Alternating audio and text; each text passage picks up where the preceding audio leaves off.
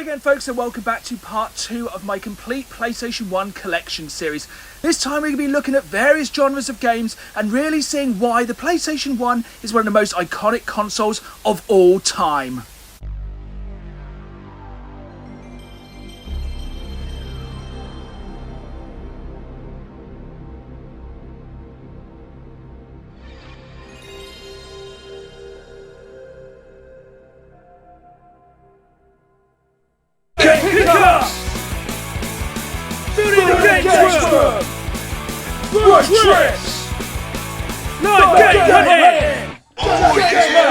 Hello again folks, and welcome back to episode 2 of my complete PlayStation 1 collection series. I have hundreds of games for the PlayStation 1 as it was one of the first consoles that I really started to collect for. When I started collecting 5 or 6 years ago, there was PlayStation 1 games cheap all the time, and I took full advantage of that. Because the collection is so vast, each episode I'm going to break it into sections. We're going to look at genres of games each episode. So this time we're going to look at puzzle games, strategy games, platformers, adventure games, 3D shooters, sports games, and one of my favourite genres, extreme sports games. All of these games are one of the massive reasons why the PlayStation 1 was so iconic. It covered all bases. Whoever you were, there was a game for you. But this is not the only reason the PlayStation 1 was starting to take over the world. One of the reasons the PlayStation 1 was so iconic is because it changed the industry. Boundaries were being pushed and games were no longer just being marketed towards children. Some of these games now had an 18 rating. And other than games such as Mortal Kombat, this had very much not happened in the past. You know, games were becoming sexy and cool. And that was the big thing that I think changed with PlayStation. Nintendo always tried to be cute and aim for the kids. PlayStation went for the adults and the cool kids. If you haven't watched the first episode yet of this series, go back and watch it. I'll be linking all the episodes together into a separate playlist. If you enjoyed this video, please hit like and please subscribe as I put new videos out every Saturday live at 5, and I really want you folks along for the ride. Now, into our first set of games. The first genre of games we're going to go through is the sports games, and please don't unclick, don't click off. Just bear with me, as I'm going to go through these super quick, as I feel that with the PlayStation 1 was the first time we were starting to see shovelware. People could make games very quick, very easily, and very cheaply for the console, and I think that is why we started to get a lot of shovelware games, especially sports games. One of the main reasons I have so many sports games is because I buy a lot of bundles. And the thing is with sports games, they don't have a lot of trade-in value, so they normally just get added into the collection. So let's start going through them. The thing with the PlayStation 1 is you have a variety of sports. You have boxing games, you have ice hockey games, then you have serious ice hockey games, you have snooker games, you even have the great British sport of cricket. If that's too upbeat for you, you have golf. Then we have NBA. And finally, my favourite of this little selection, this NBA game with a lenticular cover. If you've been watching for a while, you know I love me a lenticular cover. But far and away, the biggest sport on the PlayStation 1 was football. Just look at all of these football games. They were just coming out all the time, it seemed like. And there was multiple companies making their own football games. Like, it was all the time. There was management sims and like there was special editions, like any kind of tournament. There was another game. You had games like actual soccer who were carrying on. Even weird ones like Football Madness, a game where you can tackle and break people's legs. And they just kept coming. And that's the thing, when you're buying gaming bundles, you're probably going to get a lot of these football games. And the thing is, a lot of these are not worth a lot, so I just kind of keep them in the collection. If for nothing else, they're very good for spare cases for the more important games. This is always one of my favourite football games on the PlayStation 1 though.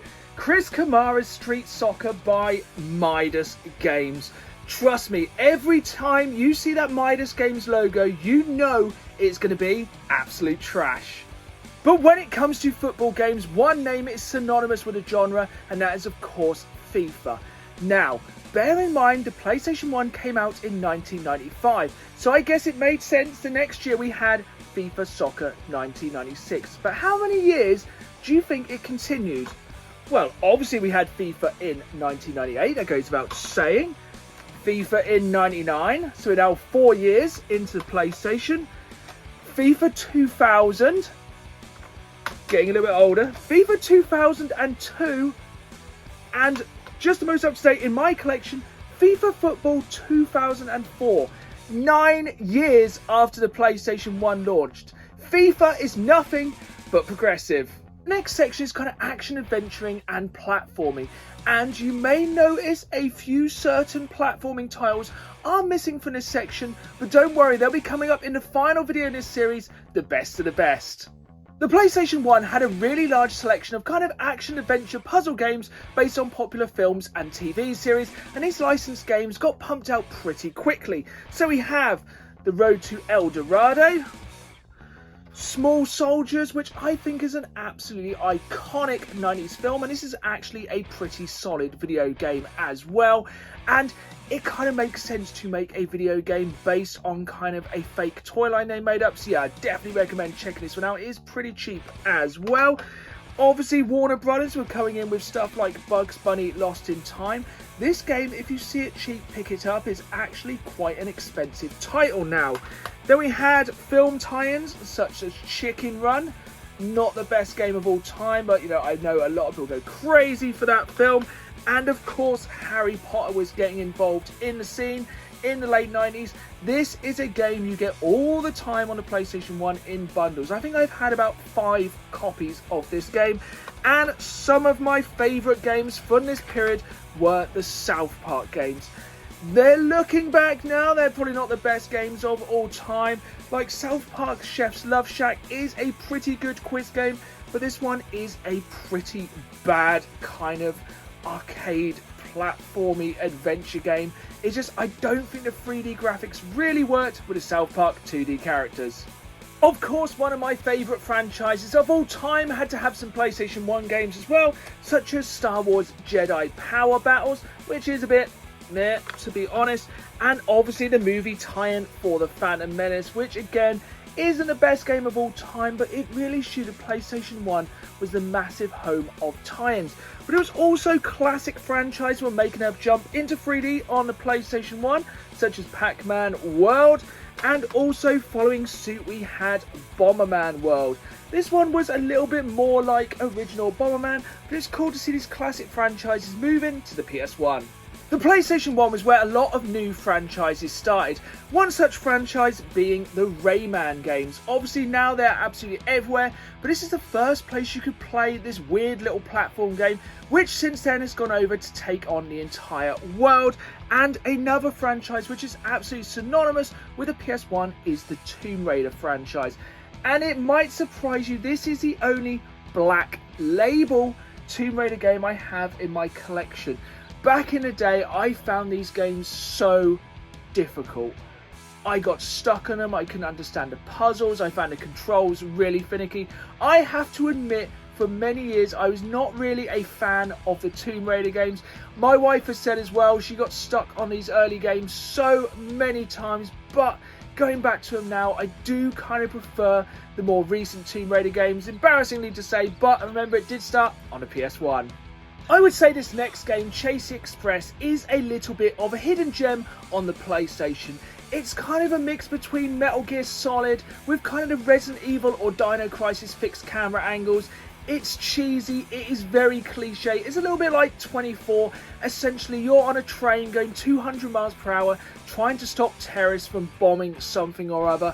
There's lots of twists, there's lots of turns, there's cliche bad guys, you know, the plan keeps changing. Every time you try and solve one problem, 10 more problems pop up. It is a pretty good game. The controls are a little bit finicky and aiming is a little bit terrible at times, but this is also a very cheap game. You can pick this up for about a $5 on the PlayStation 1, so definitely recommend giving Chase Express a go. One of the biggest ways that PlayStation differed from the Nintendo 64 is that PlayStation had a lot more adult-orientated games aimed towards the older gamer and kind of the kids who thought they were cool.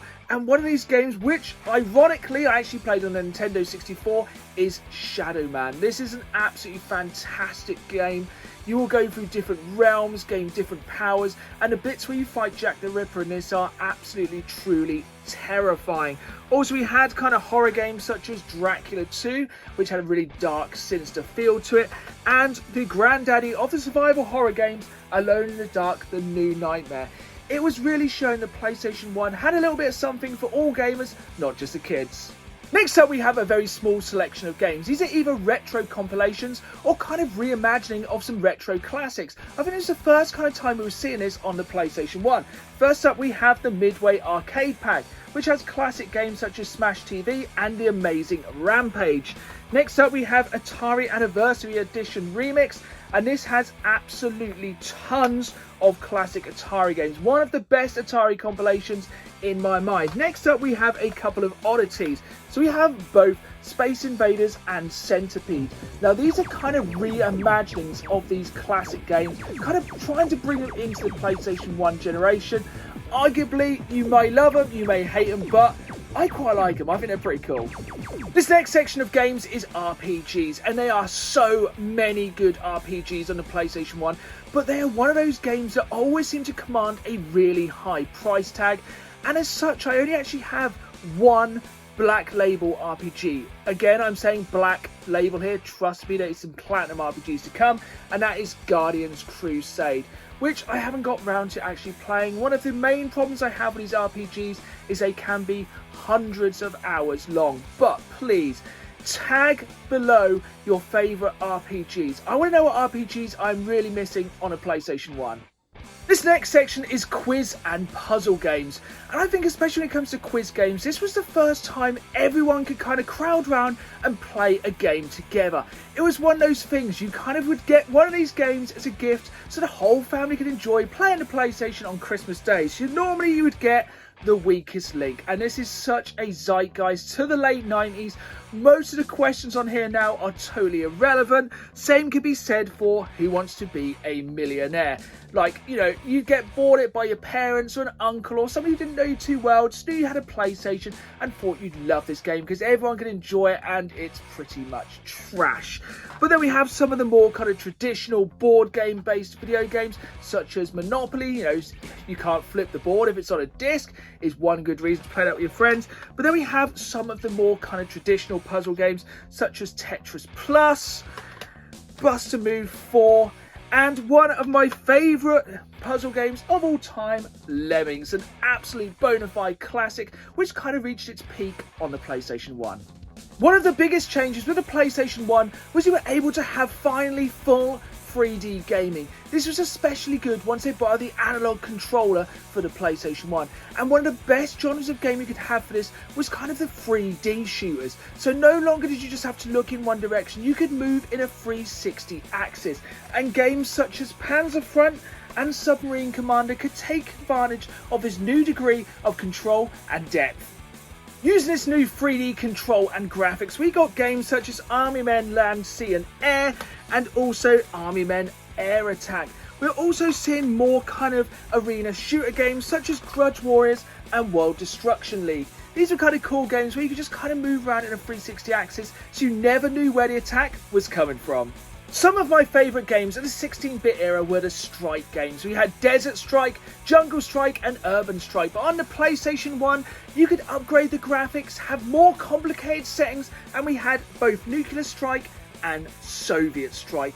These are both fantastic games. They are fairly cheap and I highly recommend them. You can go around in helicopters, tanks, jets, a little bit of everything. And the destructible environments are truly incredible, and just the controls work so much better in this, and it just makes it so much more immersive. But that's not all the amazing 3D shooters that are on the PlayStation 1. We have other titles such as Tunnel B1, which was also released on the Sega Saturn. Colony Wars finally found its way to the home console market, as well as a new release for the PlayStation, G-Police. I remember playing this for the first time and I was absolutely blown away. This was one of the very first games I spent an entire night playing. This was one of my key memories of the PlayStation 1, buying games and just pulling all-nighters.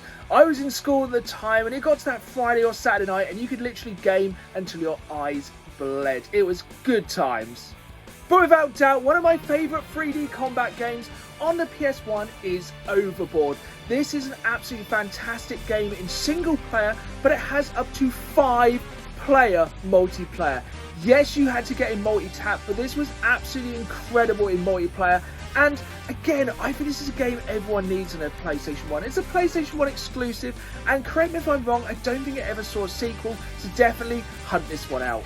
It may surprise you, one of my favourite genres of games on the PlayStation 1 is the construction games. That's because for so long these had only been on the PC, and at this time I didn't have a PC that could run these kind of games. Games such as Railroad Tycoon 2, where you could just lay tracks over the whole of America and build your railway empire. But of course, one of the biggest names in this genre of games was the Theme series. So we had Theme Hospital, where you could cure some weird diseases and kind of build the hospital of your craziest wild dreams or more nightmares. Then of course we had Theme Park, where you could just build a park where everyone would be sick and no one could ever find a toilet, all while queuing forever and paying an extortionate entry fee. That obviously moved on to its sequel, Theme Park World. But of all of these games, my favourite without a doubt was Sim City 2000. You could build an entire city, and hands up, I'm sure we all did it. Everyone cheated and got infinite money and then just spent their time destroying the city. We all did it, there's no shame in it. There was nothing funnier than building a massive city than laying waste to it in many various and destructive manners.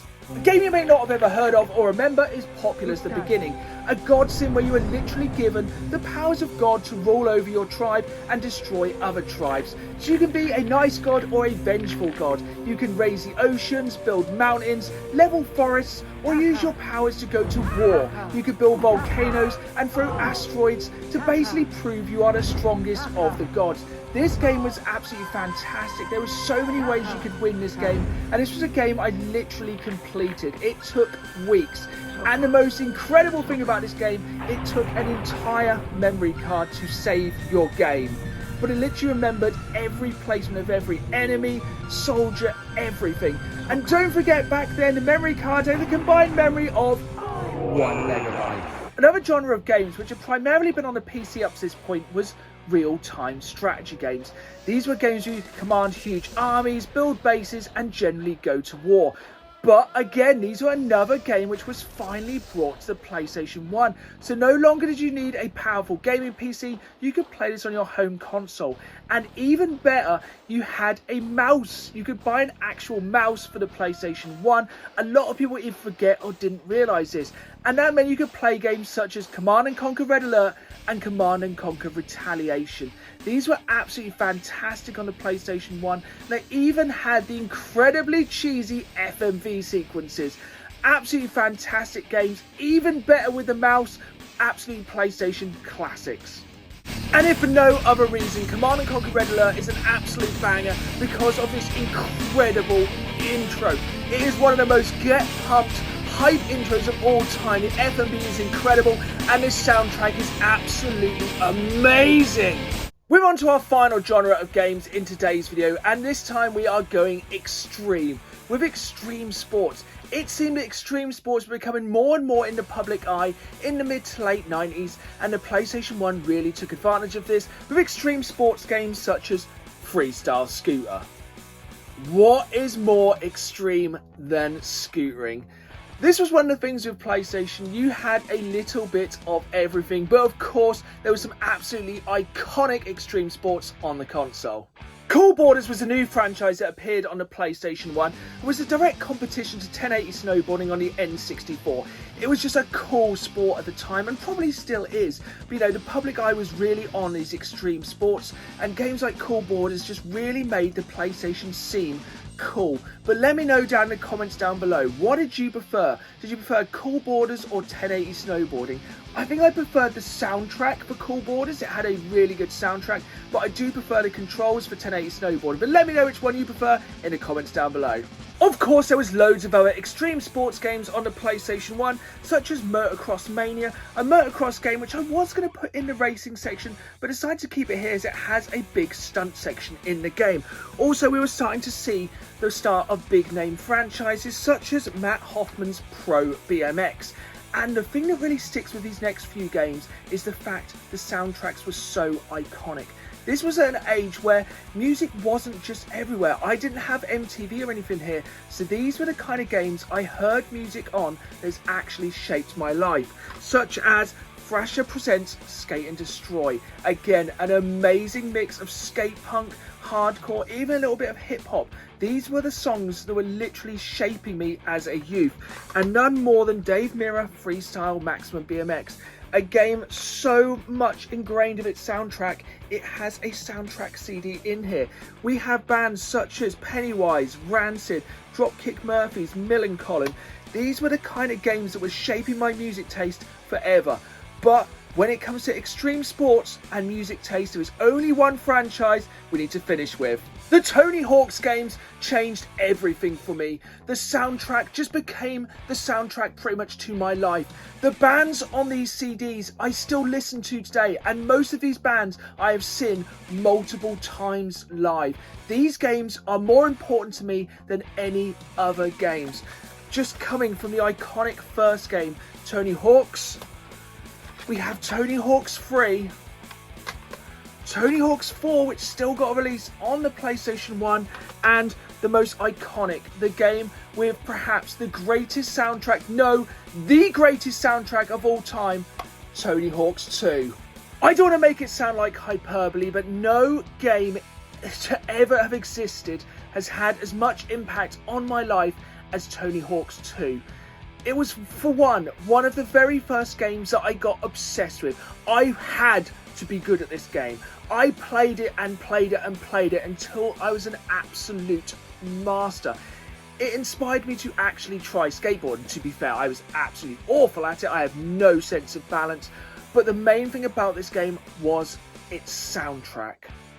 This was at a point where I was in high school, everyone around me was listening to rap, and I didn't feel the connection to that music. I wasn't even a really big music fan at this point, but the music in Tony Hawk's 2 just spoke to me. It kind of brought that teenage angst and the anger and the authoritative nature of that age. When you're late high school, you just want to revolt. You just hate everything, and just that music just resonated with me so much. You had bands like Lagwagon on there, Consumed, Bad Religion, Papa Roach. It was just the perfect soundtrack to a teen rebellion, and it's something that stuck with me for years. Like, it inspired me to go on and form my own bands in a similar style. If you do not know, I have been in punk rock, hardcore and metal bands since I was 16. Basically, that game inspired me to go out and be creative and make music. It just goes to show that sometimes video games are not just games, they literally shape us for the people we are, and that's why I collect as such. These games have become a part of who I am today.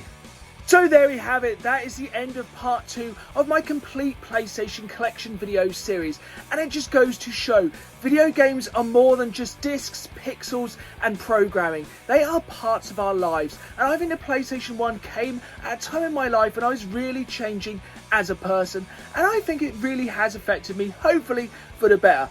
If you've enjoyed this video, please comment below your favourite PlayStation 1 memories and your favourite games from this episode. Hit that like button, subscribe, and as always, keep playing the game. See you all soon!